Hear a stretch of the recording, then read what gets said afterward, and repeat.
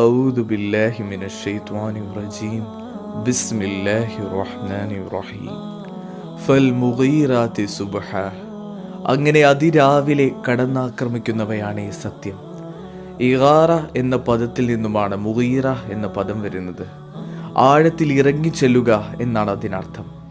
അഥവാ പേടിച്ച് അരികിൽ നിന്ന് പോരാടുകയല്ല ഈ പടക്കുതിരകൾ, മറിച്ച് മിന്നൽ വേഗത്തിൽ കുതിച്ചു പാഞ്ഞ് നിമിഷനേരം കൊണ്ട് ശത്രുക്കളെ കടന്നാക്രമിക്കുകയാണ്. അവരിലേക്ക് ഇറങ്ങിച്ചെല്ലുകയാണ് ഈ കുതിരകൾ. തൻ്റെ യജമാനനെ മുതുകിലേറ്റി ശത്രുവിനെ നിലത്തു വീഴ്ത്തി അവ കരുത്തോടെ യുദ്ധകളത്തിൽ പോരാടിക്കൊണ്ടിരിക്കുകയാണ്. കൊള്ളക്കാരെ കുറിച്ചാണ് ഈ ആയത്തുകളിൽ പരാമർശിക്കുന്നത്. അവർ ശത്രുക്കളുടെ അടുത്തേക്ക് ഒന്നുകിൽ അവരെ കൊല്ലാനോ അല്ലെങ്കിൽ മോഷ്ടിക്കാനോ ആണ് ചെല്ലുക. അവരുടെ ഈ ഒരു ആക്രമണ സ്വഭാവത്തെ കൂടിയാണ് മുഗീറാത്ത് എന്ന പദത്തിലൂടെ അള്ളാഹു കാണിച്ചു തരുന്നത്. അതും അതിരാവിലെയാണ് അവ ആക്രമണം നടത്തുന്നത്. ശരിക്കും ആക്രമിക്കാൻ തീരെ യോജിക്കാത്ത സമയമാണ് രാവിലെയുള്ള സമയം. രാത്രിയാണല്ലോ അതിന് ഏറ്റവും പറ്റിയ സമയം.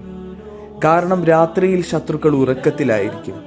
അവരറിയാതെ, അവരുടെ കണ്ണിൽ പെടാതെ അവരെ ആക്രമിക്കാൻ പറ്റിയത് രാത്രി തന്നെയാണ്. എന്നാൽ ഈ പടക്കുതിരകൾ അതിരാവിലെ ശത്രുക്കളെ കൺമുമ്പിൽ നിന്നുകൊണ്ടാണ് അവരെ ആക്രമിക്കുന്നത്.